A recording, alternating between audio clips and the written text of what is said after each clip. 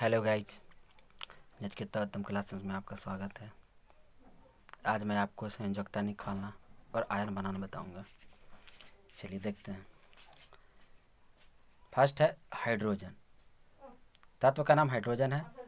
इसका संकेत H है। परमाणु संख्या 1 है। द्रव्यमान संख्या 1 है। इस सभी तत्व के नाम और संकेत है और इसका परमाणु संख्या और द्रव्यमान संख्या, ये तो आपको याद ही रखने पड़ेगा। अब आता है प्रोटॉन की संख्या, इलेक्ट्रॉन की संख्या, न्यूट्रॉन की संख्या। तो प्रोटॉन की संख्या किसके बराबर होती है? परमाणु संख्या के बराबर होती है। परमाणु संख्या 1 तो प्रोटॉन की संख्या 1। इलेक्ट्रॉन की संख्या बराबर प्रोटॉन की संख्या होती है। तो प्रोटॉन की संख्या 1 तो इलेक्ट्रॉन की संख्या 1। देखिए, परमाणु संख्या, प्रोटॉन की संख्या और इलेक्ट्रॉन की संख्या सब बराबर होती है आपस में। तो परमाणु संख्या जब 1 है तो प्रोटॉन की संख्या भी 1, इलेक्ट्रॉन की संख्या भी 1।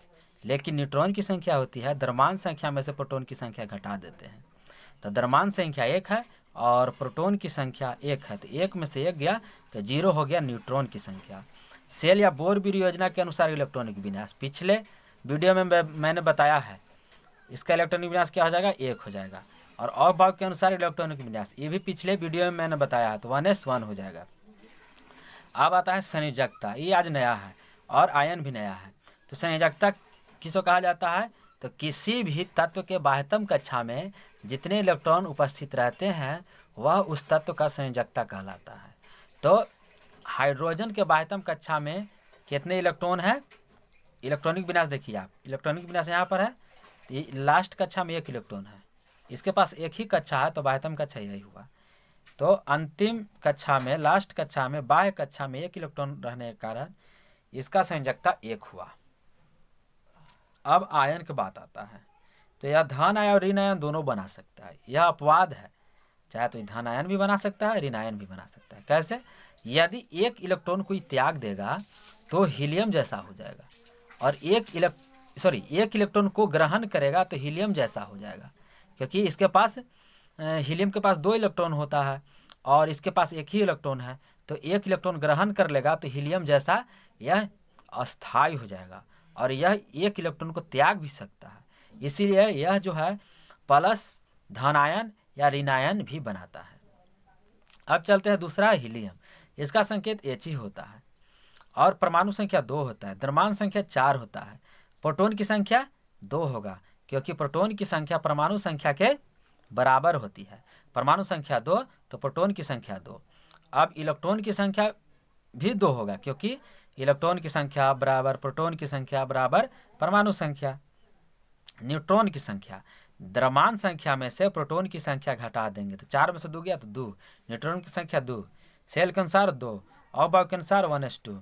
संयोजकता 0, क्योंकि यह एक अक्रिय गैस है, यह 2 पर अस्थायी हो जाता है। इसके बाह्यतम कक्षा में 2 ही इलेक्ट्रॉन होते हैं। यह एक पहला अक्रिय गैस है जिसके बाह्यतम कक्षा में 2 इलेक्ट्रॉन होते हैं। बाकी सभी अक्रिय गैस के बाह्यतम कक्षा में 8 इलेक्ट्रॉन होंगे। यह 2 पर ही अस्थायी हो जाता है, क्योंकि प्रथम कक्षा में अधिकतम इलेक्ट्रॉन 2 होते हैं। इसी कारण है कि यह 2 पर अस्थायी हो जाता है और यह अक्रिय गैस है। अक्रिय गैस की संयोजकता 0 होती है। कोई भी अक्रिय गैस होगी उसकी संयोजकता 0 होगी, और कोई भी अक्रिय गैस आयन नहीं बनेगी, इसलिए आयन नहीं बनाती है। तीसरा है लिथियम। Li इसका संकेत, परमाणु संख्या 3, द्रव्यमान संख्या 7। प्रोटॉन की संख्या जिस तरह से ऊपर बताया उसी तरह से सब होगा। प्रोटॉन की संख्या 3, इलेक्ट्रॉन की संख्या 3, न्यूट्रॉन की संख्या 4, सेल के अनुसार 2 1, अवभाव के अनुसार इलेक्ट्रॉनिक विन्यास 1s2 2s1, और संयोजकता 1। संयोजकता 1 क्यों आया? क्योंकि इसके बाह्यतम कक्षा में 1 इलेक्ट्रॉन, इसलिए संयोजकता 1। और लिथियम आयन बनाएगा, धन आयन। 1 इलेक्ट्रॉन त्याग देगा तो किसके जैसा हो जाएगा? हीलियम जैसा हो जाएगा। हीलियम के पास कितने इलेक्ट्रॉन है? 3।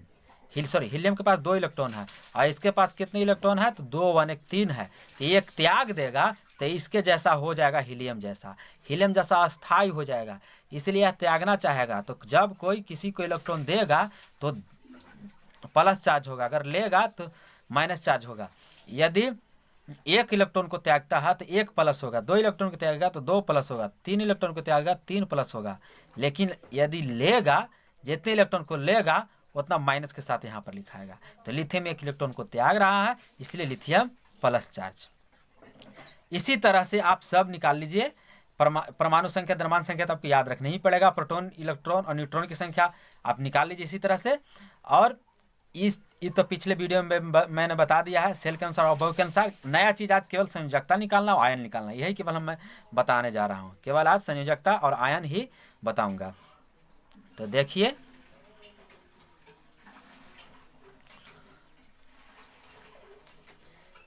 बेरिलियम के इलेक्ट्रॉनिक विन्यास 2-2 होता है। इसके बाह्य कक्षा में 2 इलेक्ट्रॉन, इसलिए संयोजकता 2।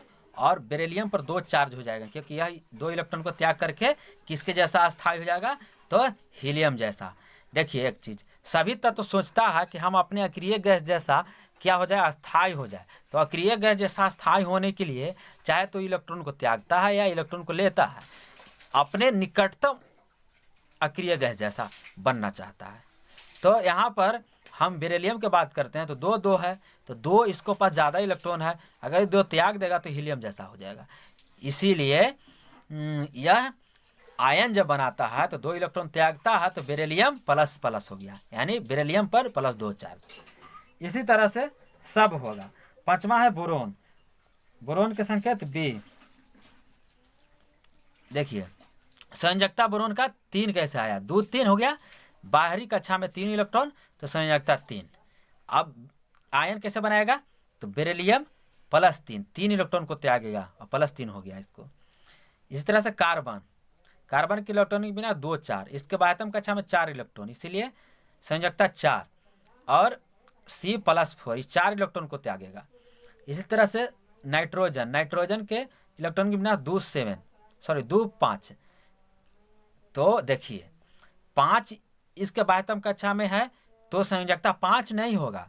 तो क्या होगा, जब 5 रहे, 6 रहे, 7 रहे और 8 रहे, तो उसको 8 में से घटाते हैं। 5 है बाह्यतम कक्षा में से, बाह्यतम कक्षा में इलेक्ट्रॉन की संख्या 5 है, तो 8 में से हम घटाएंगे, तो 8 में से 5 गया तो 3, तो 3 ही जो हो गया, यही संयोजकता हुआ। और देखिए कोई भी इलेक्ट्रॉन, कोई भी तत्व सोचता है अपने अक्रिय गैस जैसा अस्थायी बनने के लिए, तो ये 5 को त्यागना नहीं चाहेगा। इसको 5 इलेक्ट्रॉन को त्यागने पड़ेगा, किसके जैसा, अस्थायी होने के लिए, तो हीलियम जैसा। लेकिन यह क्या करेगा, 3 इलेक्ट्रॉन ले भी सकता है। और जब 3 इलेक्ट्रॉन ले लेगा तो नियोन है, नियोन के बाहरी कक्षा में 8 इलेक्ट्रॉन हो, तो 8 इलेक्ट्रॉन पूरा हो जाएगा। यही कारण है कि यह 5 इलेक्ट्रॉन को नहीं त्याग कर 3 इलेक्ट्रॉन को लेना पसंद करेगा। तो 3 इलेक्ट्रॉन को जब लेगा तो नाइट्रोजन पर -3 चार्ज हो जाएगा। मैंने कोई गरीब है मान ले, तो ले रहा है किसी से, कर्जा ले रहा है, तो माइनस हो जाएगा, तो वही माइनस यहाँ पर है। तो 3 इलेक्ट्रॉन को क्या कर रहा है, नाइट्रोजन ले रहा है, इसलिए N-3, तो ये ऋण आयन बना दिया।